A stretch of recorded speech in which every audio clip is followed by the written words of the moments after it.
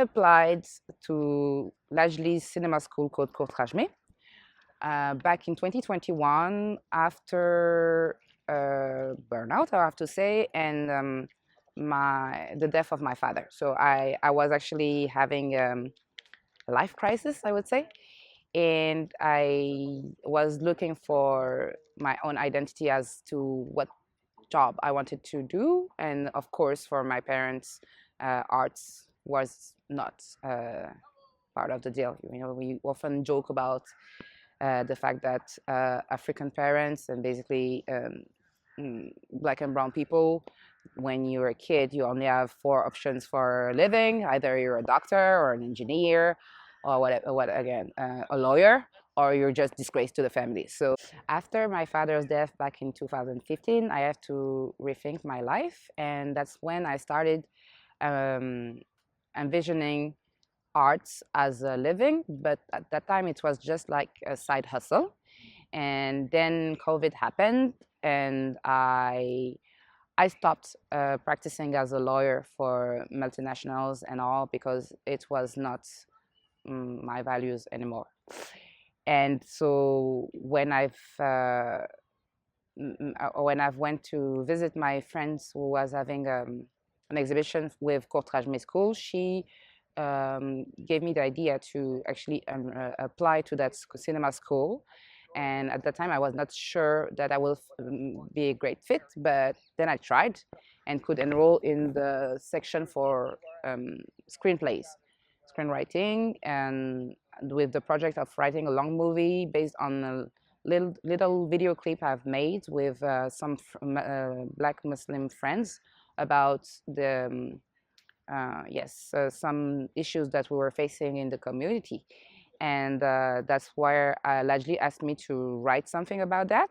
And I decided to go with a fiction that will actually be a mix between my me mourning my father and this story about the lady imam, Amina Wadud, who lives in the States and is considered Muslim activist as both a feminist and intersectional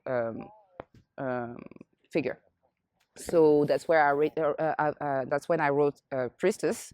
But then for a first movie, it was considered a little too polemic, and I was not having a lot of fun at some point about trying to make it a personal story about this spiritual search of young Black lady, and the issues regarding the fact that a lady would be an imam. People were discussing the creative process of me telling a story, telling a tale, and not having it as what it was supposed to be, just a story, a fictional story. Most people were criticizing my legitimacy as to tell this story, even though it was a story from the diversity for us by us, and let's say that like that. So when the school ended 9 months later, I could attend a contest of screenplays. Basically, I had to pitch any of my WIP, work in progress, and I decided to go for the idea that one of the ideas that I have to leave behind so that I can focus on the school and the process of learning how to write screenplays. And that's where actually Octagon emerged. So it's a fiction I'm working on currently. I had the chance to pitch my story any way I like. It was not something very conventional, and I had just 15 minutes to convince. So I decided I would cut it in three. First part will be the short movie. So actually, I called it a teaser, but it's about 6 minutes long, so maybe longer than an actual teaser.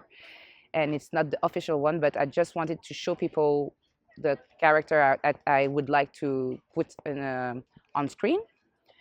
For the second part of my pitch, I've met this young a North African girl from the suburb. She's 14. Her name is Iliana, and she was very interested into getting to know about cinema and yes, being an actress. So I asked her to actually tell a monologue about what it feels as a teenager to have your periods and nobody believes you about how painful they are, and them to tell you that you're just going crazy, it's just normal, and the world's always gone round like that, so why are you complaining? Not even trying to listen to her and understand that she's going through hell because of an undiagnosed disease, which is endometriosis. And last part of my pitch was me actually giving some backstory about my main character, where she came from, the parents moving from North Africa to France as Shibanis. It's the word for uh, um, mine workers, basically, and whatever happened to this generation of African moving to France to find some peace, where back there in their colonies, actually, the war was raging. I have a friend whose name is Jienne Abdelila. She's North African, French North African world champion of grappling, which is actually the one side of MMA, which is mixed martial arts. The other side would be close to boxing, but still, it's mixed martial arts, so there's no real rules around that sport, but the setting is that the ring is in a cage, in the shaped like an octagon, and she told me she wanted to practice as an actress, and because we're friends, I was like, okay, I believe that your story is very inspiring, and it should be told. And so we decided to go with this project together, hand in hand, and she trusted me. She trusted me with her story, and because she's my friend, we did set some boundaries regarding what to tell and not to tell. So so I decided that it was smarter to go for real fiction inspired by her, that will be happening in the octagon for this lady, which I named Siam, meaning arrow in Arab. And we decided that it will be more fun to make it a fiction with a fictional character that will have that will actually mm, be at the crossroads of her story and mine, and that's where I could yes, enjoy the creative process of writing a personal story with an insightful ending, something about this lady fighting for her life in a space that is where nobody is expecting her, basically.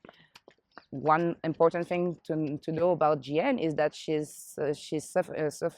has been suffering from endometriosis half her life, and I believe it's important to say those things about invisible handicap, and also the fact that she is uh,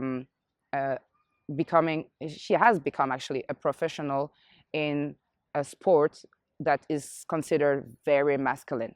So that's what I'm working on currently, and hopefully I will be able also to travel across the US um, to interview and promoters, fighters, and other people that are involved in this industry, so that I can nourish the story and have some more spectacular sceneries, for instance, even though the story is French based, with this French citizen protagonist that is fighting for her life and has all the characteristics that are appealing to me as of today, because I like to tell stories about strong women from the diversity. So attending Court Rajme for me was a way to actually switch jobs and become even more a slasher, because I don't actually reject totally my past life as a lawyer. It's helped me actually to have some kind of discipline in my writing, but it was not for storytelling. It was basically for, yes, judiciary stuff. And I'm turning my writing now more into social justice, which makes it interesting because it's not as if I'm totally swapping and becoming something else. It's just that I am trying to embrace what really is important to me as a human being into my workflow. So basically, it's writing and storytelling. And earlier I was joking about me wanting to be the French Oprah Winfrey, but to be fairly honest, I would love to become a showrunner and maybe work with Adobuere, Shonda Rhimes, Issa Rae, of course, and many, many more like that, like Mara Brokakill as well. So as you may have noticed, these are a lot of American Black women, and I don't have the French equivalent here. So I'm like, if it doesn't exist, then you should do it yourself.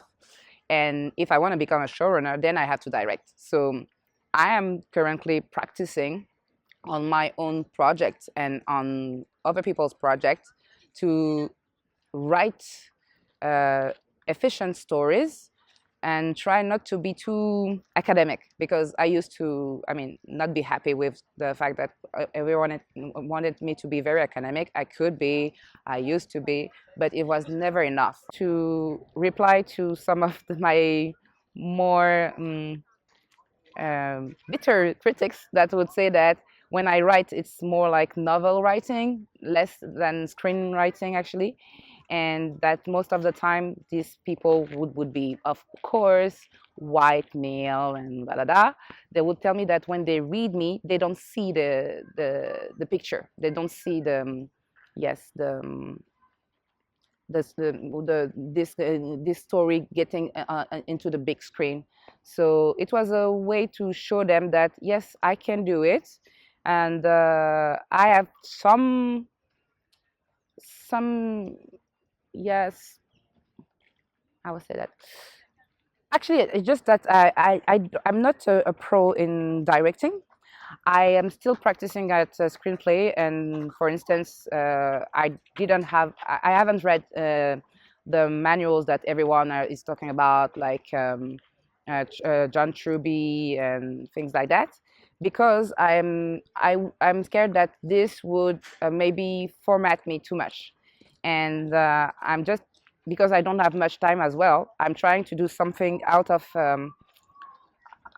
yes, out of the average screenplays, because I believe that we've been going through this for 15 years, 50 years, sorry, and I don't see something that really represents me. Well, yeah, basically, I'm good at doing the job that people expect from me, but there's always one thing that comes across is what I look like, what I represent, and so many people, even from the diaspora, used to tell me back then, you don't look like a lawyer. And like, what does a lawyer look like? And because I was too maybe artistic or maybe too fashionable, and with the Afrowear, people would tend to not give me my credit about being a lawyer. So now that I'm in cinema, people are like, yes, that's definitely you, that's definitely you. And what are the story you want to tell? And when I tell them, they're like, oh, this is very original. For me, it's not original. It's just my everyday life that I try to share with the most.